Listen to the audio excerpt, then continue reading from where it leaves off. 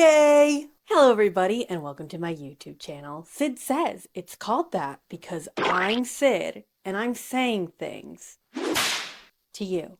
And right now I'm saying that if you clicked on this video, you're gay! For this video, I have hunted down and watched 6 of the most obscure lesbian vampire films I could get my grubby little homosexual hands on. And I want to give a huge shout out to the shitpost calligrapher who sent me links for 4 out of these 6 films. And I also want to mention Double Scoop, who did send me a link to one of the films, but it turned out to be the same link that the shitpost calligrapher already sent me. But thank you anyway. That was very kind, Double Scoop. This video is a bit of a spiritual successor to my video where I ranked every lesbian vampire movie based on how gay they are, but with that in mind, you don't need to watch that other video to understand what's happening in this one.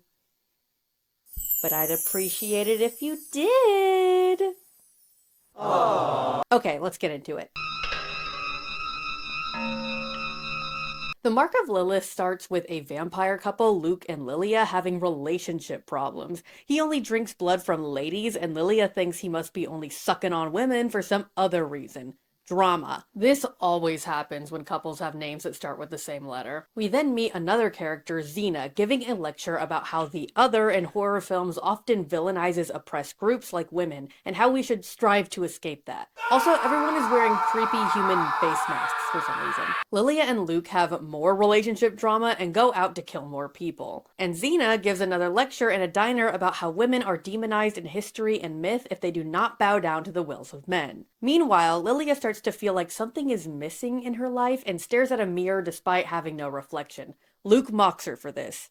Dickbag. Then Lilia, I think, has a dream about her vampire origins where Luke turned her so she would belong to him. But what's interesting is that Xena seems to be watching this dream as if it were a film in the same theater with the creepy masked people we saw earlier. She shakes her head in disapproval. We're shown a film slate which seems to suggest that the scenes we've seen so far of Xena are in fact a documentary that she's filming. Xena does a feminist dissertation of Dracula and how women should take back their autonomy and redefine misogynistic myths and claim them as their own. We then cut to Lilia, who wakes up and talks about this scene as if she saw it in her dream and goes off to find Xena on her own. It's suggested that despite having never met, Lilia and Xena have some sort of psychic link. But anyway, they're at Xena's apartment now, and Xena talks about a vampire movie she saw recently. So I think what I thought was Lilia's dream was actually just a thematic coincidence happening at the same time she was narrating her past. Xena invites Lilia to stay the night and they get freaky. Lilia tries to bite Xena and says she can't help it because of her vampire instincts. They have a quick conversation about female empowerment and Lilia decides to leave Luke for good. She stays with Xena and they have philosophical discussions together. Stop it, stinker. Xena does another lecture about how Black lesbians are seen as a threat to white heteronormativity and are labeled as a threat and the other. They go to the zoo to see some tigers and Xena is wearing the sickest 80s jacket, but the drawback to this is that Luke spots them, probably due to those poppin' colors. But anyway, there's been some themes with the tigers. Luke likes seeing them locked up in cages so that he can enjoy the view of them, but Xena compares caged tigers to women. You see the connections we're making here? Xena and Lilia go into the Hall of Mirrors. Luke follows them and realizes he does have a reflection. They run into a mysterious guy and they just kind of stare blankly at each other. We cut to Xena processing her film and then the movie just ends. My first gut reaction to watching the ending was, what? But I knew there had to be some kind of significance to it. This film was just too full of many other conscious storytelling choices for all of it to mean nothing in the end. I went back to the opening credits and saw a character known as Man in Mac. I think this is probably a typo for Man in Mask. Looking at this shot here where they're all lined up in the theater, I think this mysterious man and the man in the mask are one and the same. But what is the significance of this? While there were other masked people in the theater, the camera often lingered on this guy. He was even seen on the street in one scene, and if I went back and rewatched this film, I suspect I could probably find him lurking around in other scenes. He's a looming presence, and I think he may represent the inescapable threat of the patriarchy, another big theme in this film. But why do we need this character when we already have Luke, who seemingly represents the same thing? In addition, what was the significance of Luke being able to see his reflection in the Hall of Mirrors? Earlier in the film, we had that scene where Lilia stares at her reflection that she cannot see and Luke mocks her for it. She also talks about feelings of being a monster and how she feels both powerful and helpless. Luke, on the other hand, seems fine, even dismissive of being a vampire. There is no anguish for him. The only thing he cares about is controlling Lilia and holding his power over other women. When he follows Lilia and Xena into the Hall of Mirrors, he whispers Lilia's name over and over again in this sinister, menacing way. He's stalking her, trying to lure her back to him, and everything about his body language seems to indicate that he will become violent if she does not relent. The only thing that stops him is noticing his reflection, and I think this might symbolize him finally seeing himself for the first time as the monster he is. And going back to the mysterious man, I think this is why he's a character in the film. He serves as a literal symbol of the patriarchy, while Luke serves as a symbol of a byproduct of it. And lastly, when the whole gang is staring at each other at the end of the film, you'll actually notice that Xena is turned away from the man and facing Lilia, but doesn't seem like she's actually looking at her. Meanwhile, Lilia is staring directly at the man, unable to look away. I think this represents Lilia still being under the oppression of the patriarchy and still seeing herself as a monster because of it. She's still trapped. Meanwhile, Xena is liberated. She understands how the patriarchy functions and how it relies on women buying into the belief that they are monsters to oppress them. So she turns away, not bending to these lies. And though she tries to look at Lilia to comfort her and reassure her that her monstrousness, her otherness, is a lie, she can't get through to her. Lilia has bought into this lie too deeply. She's stuck in the middle, unable to get out. That's why we see Xena processing her film alone. She's free, wants to spread her message to save others, even if she couldn't save Lilia. If you couldn't tell, I really enjoyed this movie. I loved the layers of it and how it made me have to sit with it and think about what it all meant. That being said, though, this is just my interpretation. If you've seen the film for yourself, I'm interested to hear your thoughts in the comments below. But yeah, fucking great film. My only complaints are that I think this deserves to be feature length and that the synopsis had me thinking that Xena would be a vampire too, but she wasn't. I was disappointed at first, but I think the film works better with her as a human. 10 out of 10, I highly recommend you track down this movie to watch for yourself. So this is one of the films I had to find myself since the internet sleuth herself, shitpost calligrapher, couldn't find it. And guys, I found it. I had to go to the deep recesses of the internet to find this bad boy, and I had to pay for it. There was only one copy of this available on eBay. I literally felt so lucky when I found this. But I don't feel so lucky anymore. In my original tier list video, I lamented the fact that I could not find this movie at the time because this sounded like a fun adaptation of Carmilla that takes place in 80s Long Island. Sounds amazingly camp, right?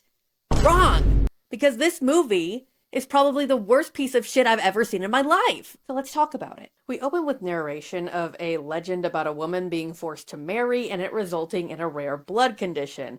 I don't know, the sound quality is so bad, I literally can't tell. A young girl, Carmilla, who was sent to practice witchcraft. And just a heads up right now, I'm gonna say I think a lot because the visuals, audio, editing, and story quality are so abysmal that most of the time I cannot hear, see, or understand what the fuck is even happening. And not only that, but Carmilla and the other main character girl, who I think is named Carolyn, look so similar that I can hardly tell them apart. So bear with me on this one. So our movie starts with Carmilla luring Carolyn outside with her vampire thrall and making her take her clothes off and make out with her. So awesome. The next day, Carolyn comes home to talk to her dad, who tells her Angela is sick.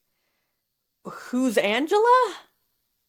Who fucking knows? Carolyn imagines that her dad is eating blood-covered noodles, but it's okay. He's just eating plain spaghetti instead. Which I'd argue is actually worse. She also imagines him dead. Anyway, Carmilla shows up again, completely naked of course, and warns Carolyn to stay safe. We get some gratuitous nudity dreams and then cut to some random girl working out and then getting naked for no reason. She's not even going to take a shower or anything. She just gets naked and starts listening to music. What a psycho. But anyway, Carmilla shows up, starts touching this girl up, and bites her. We then get more nude dreams and then a completely unintelligible scene with Caroline and her friends at a diner that is obviously just someone's house. Since your dad came home,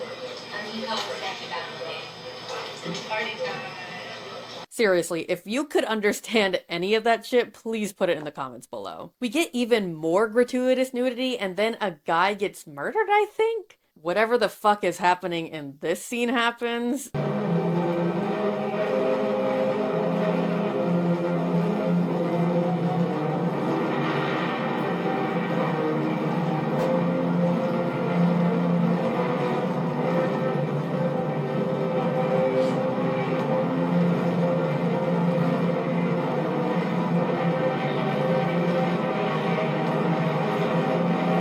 Carolyn tells her friend about disturbing dreams she's been having and also how they kiss in her dreams. They end up kissing and getting naked and doing sexy stuff, if you can believe it. And then she kills her friend by sucking her too much. We also get a lot of cuts to Nosferatu throughout this film. Adding shots from better films doesn't make your film good. There aren't even any parallels. We get yet another scene with gratuitous nudity, and I'm just gonna stop mentioning them at this point. I'm just gonna put a number on screen for the total number of scenes like this. There you have it. Insane. Anyway, I think the vampires kill another girl, and then all the vampire girls have like a cult meeting, and I think Carmilla indoctrinates new members by having them like be naked, of course, and also lick blood off a sword in a very sexual manner, and then they have to make out while Carmilla watches. Classy. And this scene goes on for so long with all the girls just making out and having sex with each other. It's so exploitative, this whole movie is. And to sum up the rest of this very repetitive movie, Carmilla just keeps going through the list of friends or random women, it's hard to say, and turning them all into vampires so that they'll join her pseudo-lesbian vampire cult. There are a few scenes here and there where Carolyn is out and about as a regular teenager, seemingly unaware about being a vampire in a vampire cult and doing vampire things at night, but these scenes are like 2 seconds long before we're back to the sucking and fucking. Anyway, the vampires kill the dad. Caroline finds out that Carmilla killed her mother like however many years ago, a plot point that I'm pretty sure was never mentioned before now. I didn't even know Caroline had a mom, but that doesn't matter, I guess, because Caroline decides to fully commit to being a vampire and a vampire cult anyway, and Carmilla gets away with everything. This movie is so bad, so boring, and what little plot it has is so confusing. This is fucked up. I was excited to watch this one. I was promised a modern adaptation of Carmilla stalking lesbians in Long Island. If the synopsis didn't tell me this was Long Island, I would never know that this was Long Island. No one even has an accent. Also, at one point, the director of this dumpster fire, Jay Lind, puts in a scene of the dad watching one of his other films, Night of the Cat, and just listen to this review he left about his own film on IMDb. I have to confess, I've seen this movie over 1,000 times. That's because I have to confess some more. I made it. And after seeing it so much, I could honestly say it still doesn't bore me. If I did it again, I'd use fewer shots of the moon. But Jennifer Worthington is one of the hottest women on the face of the planet, and she looks great body painted as a naked cat/killer. And Colleen Van Ryn is perhaps the sexiest redhead elf chick in the history of lust. The plot, what little there is of it, concerns a mostly naked girl who transforms into a ravenous she-cat, body painted. Did I mention naked? Completely? For a few nights every month. Sound familiar? This time she's stalking her lovely, naked most of the time, roommate. The twist ending is not so surprising as hoped for. What was two, count 'em, two lovely kittens rolling around on the floor. See this movie alone or with your hand, but see it. Disgusting! -5 million out of 10. This guy fucking sucks. I hate him.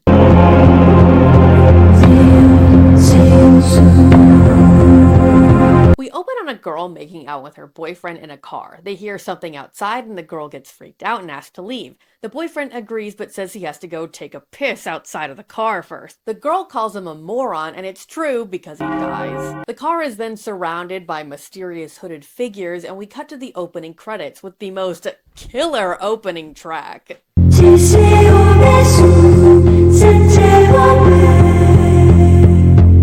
This rips. After the credits, we're introduced to our true main character, Laura, who is visiting the grave of her long-lost sister, who died 3 weeks earlier and is here to solve the mystery of what the hell exactly happened to her. Now, if you're like me, you probably assumed that the girl we saw get murked in the opening scene is Laura's sister. But that's actually not true. She was just some random girl, so don't think about her anymore. Anyway, Laura brought along her shitty boyfriend David to help her solve this murder mystery, and together they snoop around the dead sister's house. They find a locked box and open it, and inside is a book that they don't read but take with them and leave. Which turns out to be pretty redundant because in the very next scene, Laura ends up reading the book anyway. Turns out that it's a diary that belonged to Laura's long-lost sister. We learned her name was Monique and that she was in a horribly sexually and physically abusive relationship with her husband, piece of shit McGee. In case you couldn't tell, that's not really his name, but he sucks so much that I don't care what his name is. Anyway, David goes to refuel his car as some incredibly hyped car refueling music plays.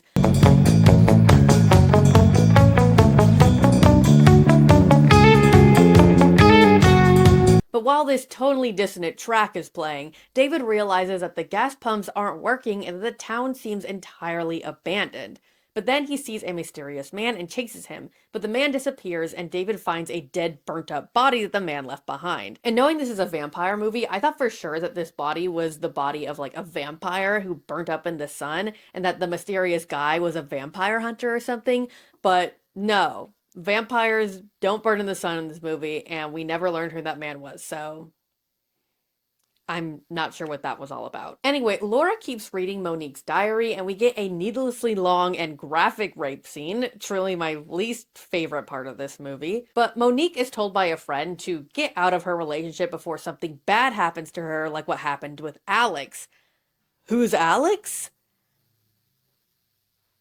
We also never learned this, so yeah. Monique goes out clubbing and meets a woman who she feels supernaturally drawn to. There's a time skip and we're shown that Monique and the woman have grown very close, drinking wine together in their underwear in front of a fire. And then there is a tastefully done sex scene. Glad I can finally say that. Cut back to present time, David comes running to tell Laura about the guy and the dead body and how weird it is that this town looks deserted.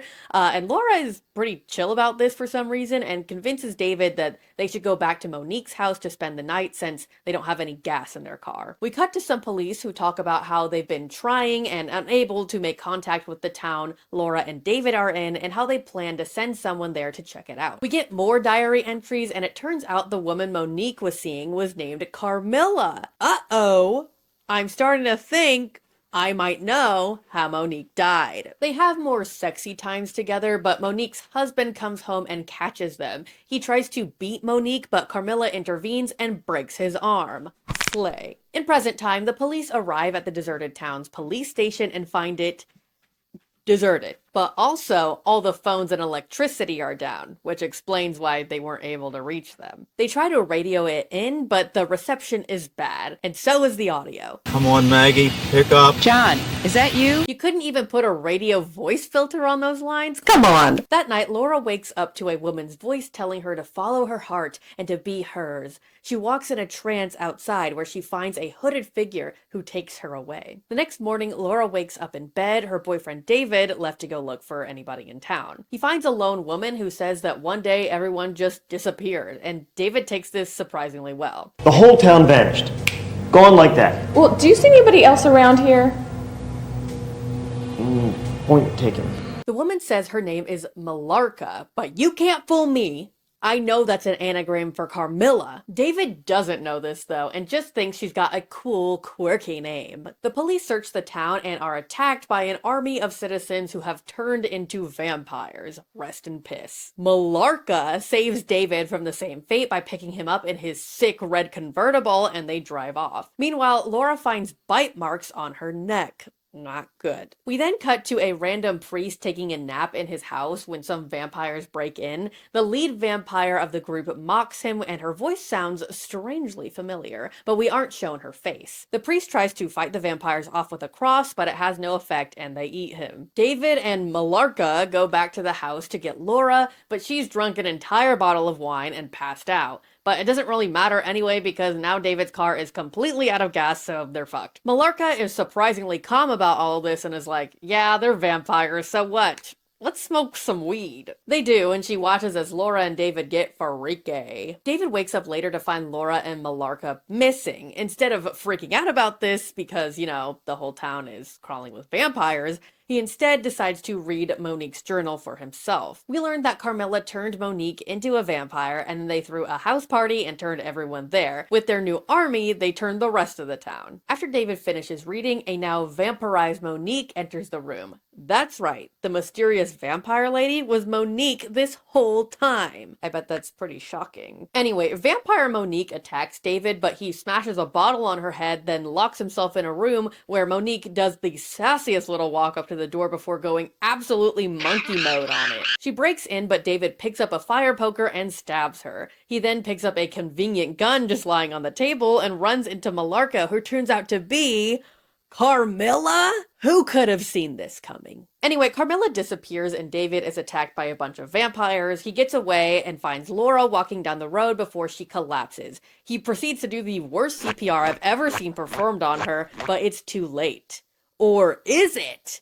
But no, it's too late. She's a vampire. Overall, I thought this movie was pretty competently made despite its obvious lack of budget and a few minor plot points that didn't end up leading anywhere. But I did like this as an adaptation of Carmilla and really liked the mystery elements they added to it. I also appreciate how the nudity in this wasn't too gratuitous, unlike some other films. Overall, I thought it was done pretty tastefully, probably due to one of the directors being a woman, but all in all, given more runtime, a bigger budget, and some rewrites, I think this story has a lot of potential to be seen as a great horror movie. But as is, I think it's pretty damn good in terms of B-horror films. 7 out of 10. Thank you for making it to the halfway mark in this video, but before we continue, let's hear a message from this video's sponsor. Me. That's right, me. Because who else would make not one, but 2 videos about lesbian vampire films?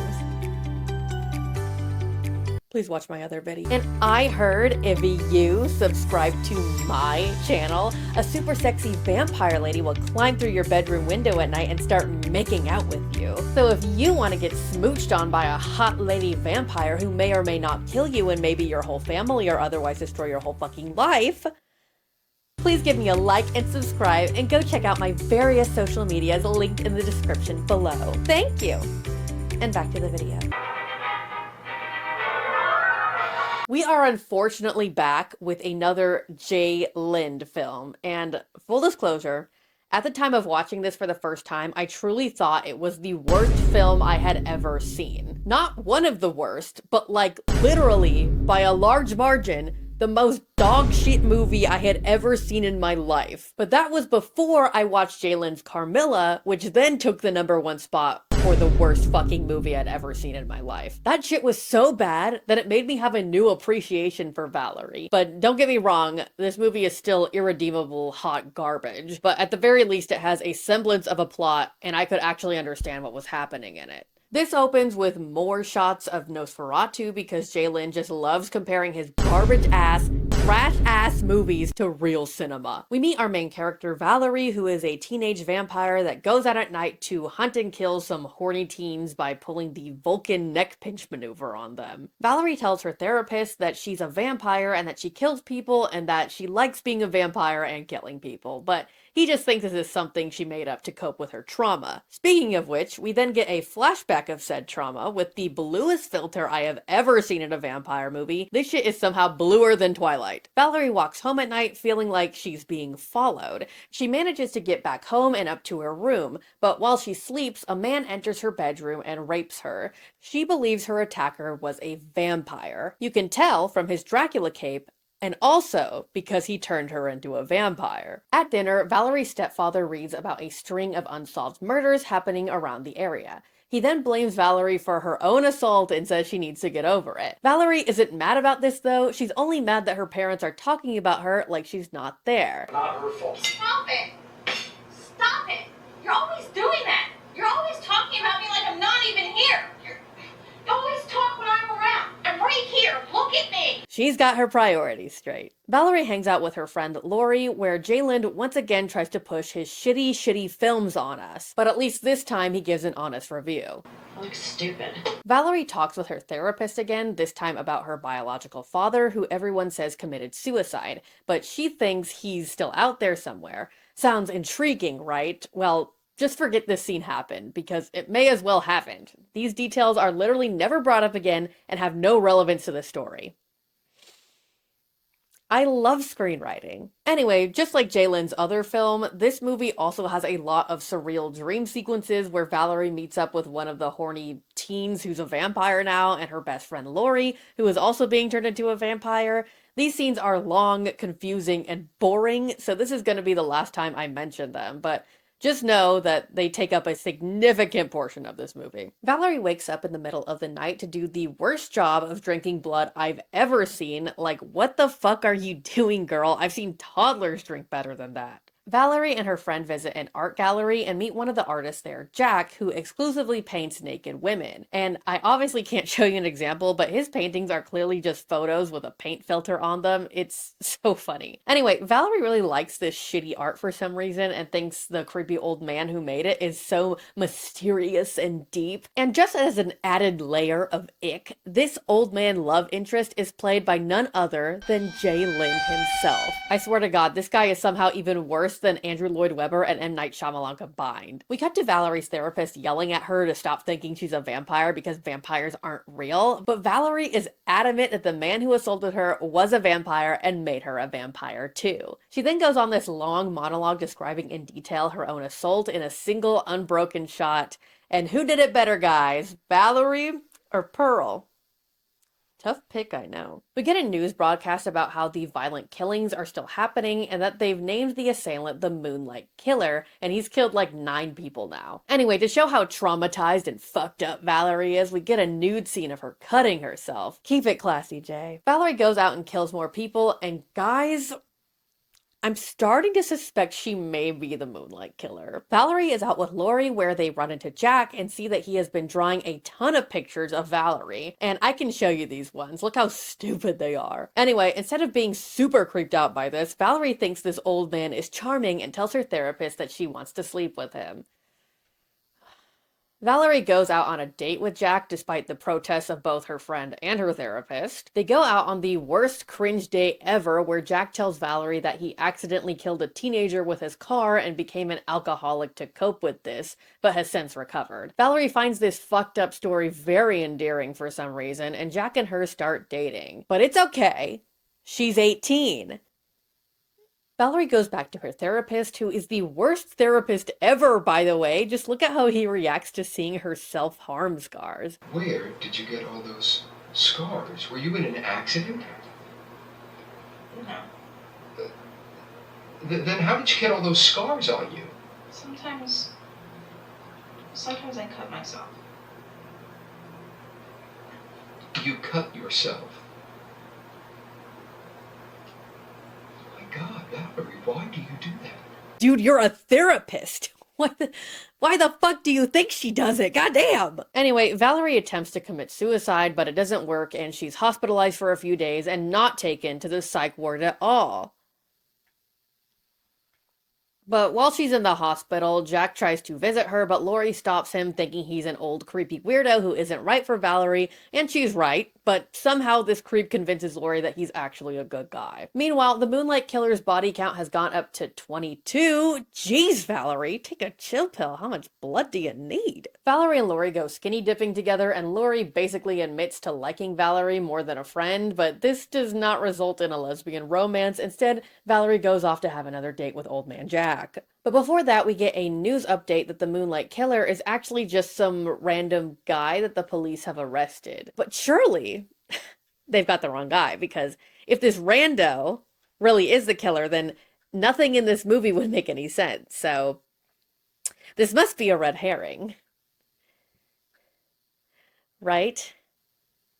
Anyway, Valerie shows up for her date where she immediately gets naked and starts throwing herself all over Jack. And I can't blame her. Who wouldn't want to get a slice of this hunk of meat, am I right, ladies? But they end up having sex, and then Valerie has a dream sequence with a horse? What the fuck is up with the horse? What does this mean? I guess it doesn't matter, because when she wakes up from her stupor, she sees that she's killed Jack and runs away to see her therapist. She begs him to make it stop, and he offers to have her institutionalized, but she refuses and says there's nothing he can do to help her now.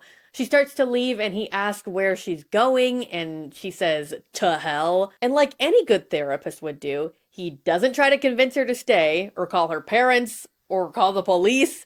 He just lets this girl, who clearly is alluding to killing herself right after a failed suicide attempt, to walk out of his office, and he does nothing.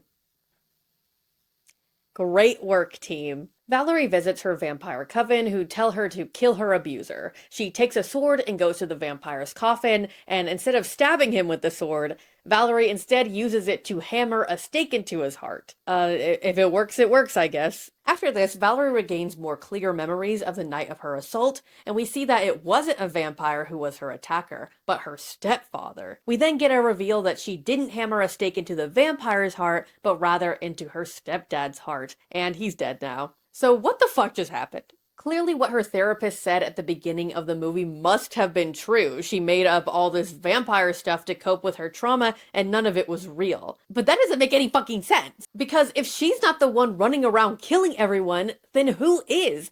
I know the police report said that it was just some random guy that had nothing to do with Valerie, but not only is that not satisfying at all, but it only makes it more strange that Valerie somehow killed Jack. And on top of that, those vampire dream sequences are very surreal and dreamy, so clearly something that may not be reality is happening, but if we had stuck to this formula, the "it was all a dream" twist would have been more cathartic. But this movie breaks its own rules, not only by having Valerie kill Jack in the real world, but also sprinkled throughout the movie there are major hints that Valerie is actually a vampire, like at the beginning of the movie, she wakes up in bed with her face covered in blood, and later, after dreaming about visiting Lori in the night and biting her neck, she sees a bite on Lori's neck the next day. Seriously, what is happening? This is all so confusing and unsatisfying and does not make any sense. What am I supposed to think? And this isn't me saying that movies that confuse the audience are bad. There are plenty of other films that ask the question of if what we've just seen was real or a character's imagination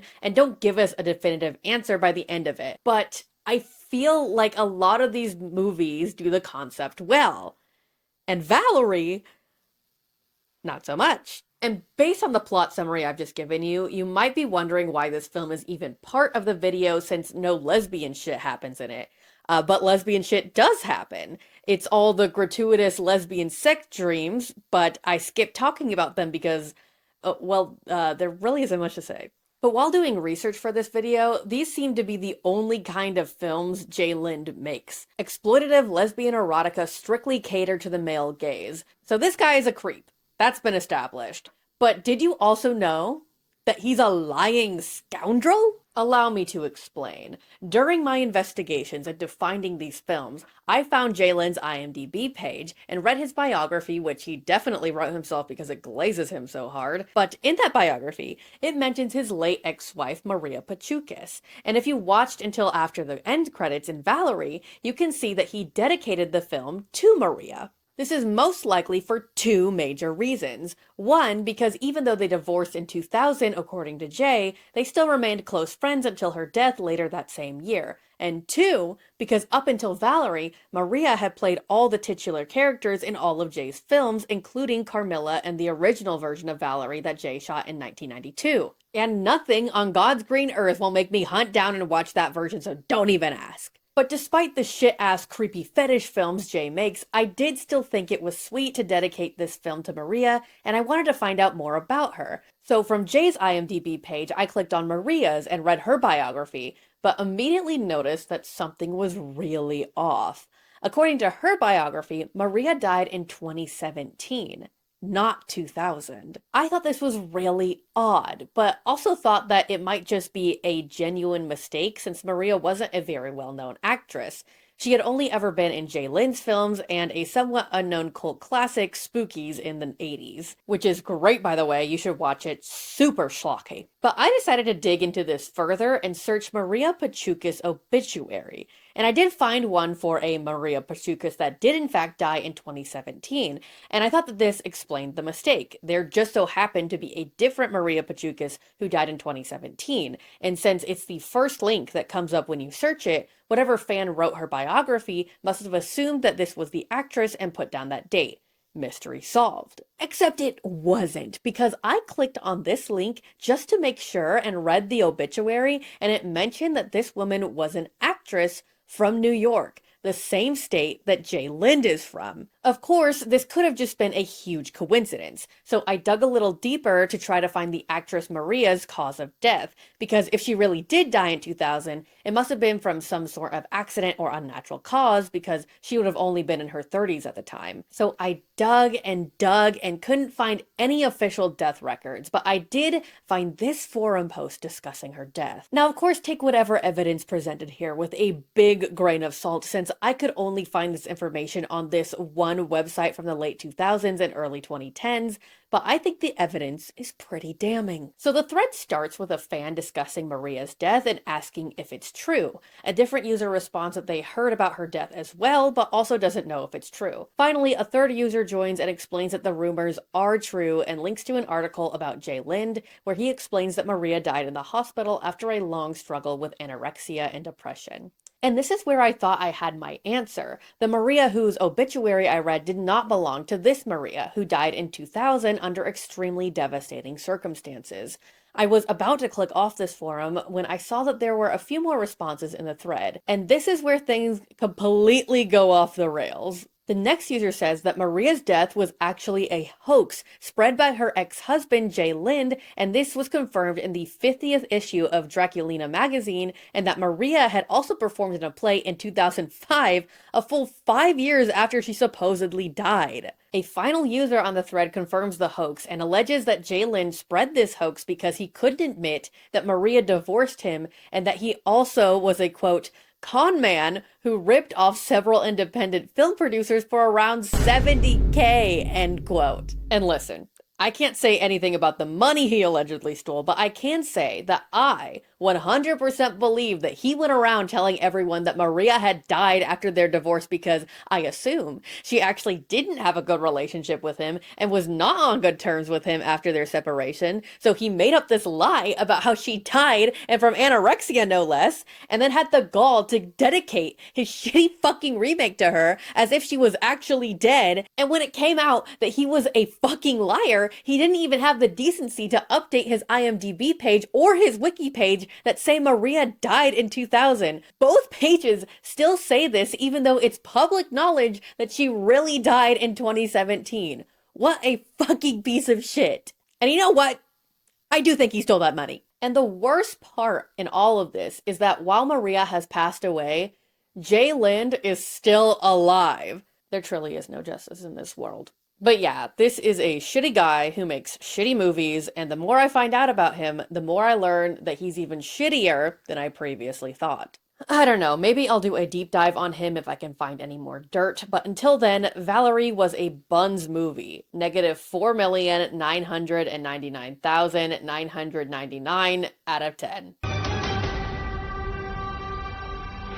This one was not on my list originally, but user JoelNeal8988 brought it up in the comments under my tier list video. So I looked it up and I was surprised that this one was somehow overlooked by the original creators of the Lesbian Vampire movie list. So I have decided to rectify that by talking about it now. We begin with some title cards telling us that in 1303, the plague came to Europe and a coven of vampires took cover in some crypts under Italy where they discovered the bodies of Romeo and Juliet. In modern times, we see Juliet, who has since been turned into a vampire, trying to kill herself again with poison, but it doesn't work and her gay little manservant comes to refill her poison vial that she keeps around her neck. We also get some baller opening music in this one. We then meet our secondary love interest, Farron, whose mom has just died. Womp womp. Juliet and Farron end up in the same cafe where Juliet grabs the dick and balls of some guy trying to flirt with her, but she vanishes before Farron can say how cool and edgy she is. Juliet is sent a message from her coven leader via a living boy etch-a-sketch and given a ring. This makes her very upset, not because this young boy was carved up like a Christmas ham, but due to some reasons that we'll find out later. Juliet tries to kill herself again, but Farron literally talks her down from the ledge. Farron takes Juliet home where she vomits blood, and Farron is quickly escorted out by the gay manservant whose name is Amaltheo, by the way. Farron comes back later to get her purse, actually introduces herself to Juliet, and slips her number. After Farron is gone, Amaltheo says that Juliet should kill her to complete her transformation into a vampire, but Juliet doesn't want to complete her transformation because then she won't have emotions anymore, and if she doesn't have any emotions, how is she supposed to feel sad all the time? That's like her whole personality. You can't take that away from her. The next day, Juliet is visited by some guy who says he's her cousin, but isn't really her cousin, even though his character name is literally cousin. He asks when she's going to see Father, who isn't actually her father, but is also only listed as Father in the credits. And I'm going to take an educated guess here and say this is probably related to the coven we heard about earlier. Walking alone at night, Farron is almost killed by Cousin, but Juliet saves her and Farron runs away in fear, only to immediately come back anyway to thank Juliet for saving her. Juliet tells her to get the fuck out of here before she gets killed by some other vampire, but Farron doesn't care about that because she wants to become a vampire too. Juliet describes what being a vampire is like. They aren't actually immortal, they just age super slowly, they don't burn in the sun, and they don't have the ability to see color or taste anything other than human blood. We also learn her little manservant Amaltheo is Juliet's personal blood bank, so she feeds on him instead of going out to hunt and kill people. After this little TED Talk is over, Juliet and Farron go out on a romantic montage, and Farron kisses Juliet, but Juliet rejects her and leaves. Juliet thinks about turning Farron, but Amaltheo tells her not to, saying it would be against her code. And also that Farron is too much of a basic bitch to be turned. And not to be a hater, but I agree. Juliet meets up with Farron again, and Juliet tells her more about her backstory. She says that she was turned into a vampire because when she attempted to kill herself with a knife, she didn't stab herself good enough and lived. Skill issue. She was then found by a coven and turned, where she subsequently lived long enough to tell her story to Shakespeare, who turned it into the play we all know today. Unless you don't know it, in which case my summary so far might have been a little confusing for you. But that's not my fault. Why don't you pick up a book, idiot? Juliet says the vampire who turned her is the head of her coven and the guy everyone calls Father. After being turned, she tried to find Romeo's body, but Father said he'd only tell her where it was when she completed her transformation. Juliet knows Father knows the location because of the Etch-a-Sketch boy and the ring she was sent, which was the engagement ring Romeo gave her. And Farron deduces from all this info that Juliet intends to uphold her promise to Romeo to die by his side.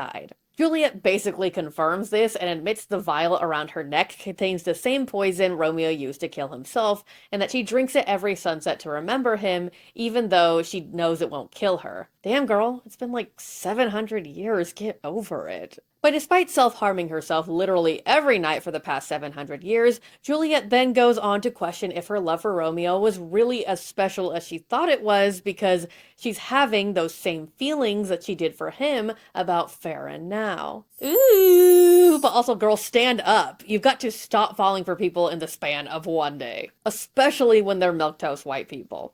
Anyway, Farron cuts her finger and Juliet laps up a little bit of the blood and can taste that Farron is terminally ill. She confronts Farron about it, and Farron admits that she knows about this diagnosis and that it's the reason she wants to be turned. But Juliet tells her that a terminally ill person can't be turned and that any attempt would probably kill her and the vampire too. Because of course, we can't have a happy ending with a Romeo and Juliet adaptation. Everyone needs to be sad. The two part ways to go mope in their own respective manners. Juliet cries in Daddy's lap and Farron covers herself in sand. Weird choice, but do what you want, you're gonna die soon anyway. Farron comes back to apologize to Juliet for keeping her illness a secret. Her illness is leukemia, by the way, and they decide to spend the next 2 days together since their relationship is doomed anyway. And Amaltheo doesn't like this. We can tell by how dramatically he takes off his face mask, and also by the way he cuts himself while sobbing on the shower floor while Juliet and Farron are off sucking and fucking. Farron is getting ready to leave after the 2 days are over, but before she goes, she writes a letter and drops it off at the post office where she is attacked by an unseen assailant. but it's obvious who it is. There are literally like 4 characters in this movie. So Juliet goes to confront Father, but he's like the smug character archetype, so instead of cutting to the chase, he instead gives her blood in a martini glass rimmed with espresso. And I just have to ask what the point of rimming the glass with espresso is if Juliet said that they can't taste anything other than blood. And also, after she drinks it, the colors around her get more vivid, even though she also said that vampires can't see color.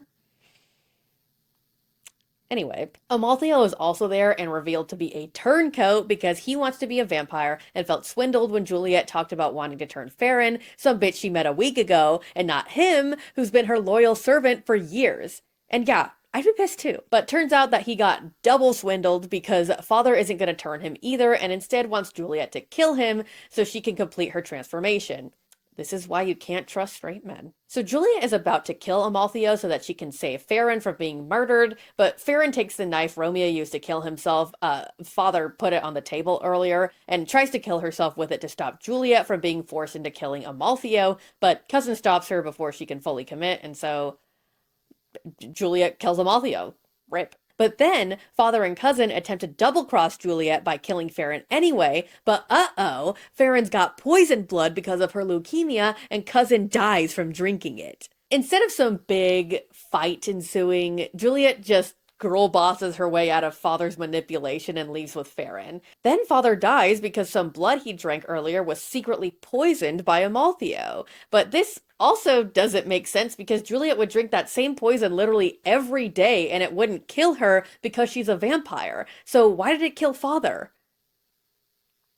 Whatever. Farron dies in Juliet's arms, and Juliet drinks her blood so that she dies as well. And now that every single character is dead, the movie has to end. So it does. So this one is difficult to admit because I really liked the start of it, but it was losing me more and more the longer it went on, and in the end, I can't say I liked this movie. I don't think it was bad, it just wasn't my vibe, especially Farron. Farron, I think, falls too much into the plain Jane, white, vanilla, slightly adorable and quirky category of generic love interest that I hate, and I just find her cringe and unenjoyable to watch. It was hard for me to root for her or her love story. Juliet and Farron's relationship didn't seem real to me, especially since, like I mentioned, Juliet didn't feel like she really had a personality other than being sad and tortured. But I will say, the final scene still had me tearing up a bit. I also felt that Juliet's relationships with Father and the Coven were very underdeveloped. We don't really see much of them at all, they don't feel like too much of a threat, and their motivations for doing what they do feel a little weak. Also, certain aspects of the story contradict themselves, and other times, just don't make any fucking sense. Like, the opening cards tell us that the Coven found Juliet and Romeo's bodies, which implies that they were entombed next to each other, which means that both Juliet and Father should have known Romeo's resting place this whole time. But even if we tried to assume our way out of this by thinking that maybe Juliet had memory loss after she was turned, or maybe that Father hid the body, it would still mean that at the very least, Father still knew where Romeo's body was this whole time. And the reason he wasn't telling Juliet where it was is because he was trying to use that knowledge to coerce her into completing her transformation. But if he knew where the body was this whole time, why did he wait until like 700 years later to finally leverage that against her? Like, make that make sense. Anyway, like I said, I don't hate this movie. It's just not my cup of tea. But I would highly recommend you watch it. It's such an amazing premise, and I think if my tastes were different, I would have really enjoyed this film. 6 out of 10. Our final film is yet another Carmilla, but this time it's a short film. The movie begins with a quote from Sarah Waters from one of her novels, Tipping the Velvet. And if you don't know who Sarah Waters is, then why don't you go pick up a book, idiot? Nah, I'm kidding with this one. I wouldn't blame you if you don't know who she is. All you need to know is that she's a lesbian novelist who writes historical lesbian romances. So that should give you some hint into what this short film is going to be like. Anyway, we open on our main character, Laura, who has a dream of a bloody woman lying in bed next to her. We cut to Laura arriving at her parents' house who are... Oh my god, my cat... We cut to Laura arriving at her parents' house, who are away on a vacation, where she finds a woman staying there, but it's okay. She has permission from Laura's mom. Oh yeah, and this woman is named Carmilla, but I wouldn't worry too much about that. It's probably not important. They talk about both their reasons for staying in this house. Carmilla says she's staying there to do some real estate work for her mother overseas, and Laura says that she just needed to have a quiet place to stay so she could work on her college thesis on Sarah Waters. So from this, we can infer that Laura may be a lesbian. Laura tries to get some work done on her thesis but can't focus because Carmilla is out in the living room dancing to super loud stock music. Carmilla invites Laura to dance with her, and they have a grand old time. Laura and Carmilla start having a love affair, but Laura keeps dreaming about Carmilla being covered in blood and drinking her blood. Not cool. Carmilla tells Laura about a recurring dream she's had for years about crawling into Laura's bed and sleeping next to her. The same recurring dream Laura has. Laura gets freaked out by this and tries to leave, but Carmilla convinces her to stay with her body. They start having sexy times, but Laura spots a dead body in the closet, and realizing that dead bodies aren't supposed to be in the closet, she tries to run away. Carmilla restrains her, going on a rant about how they belong together and expressing intimate details about Laura's life that she shouldn't possibly be able to know.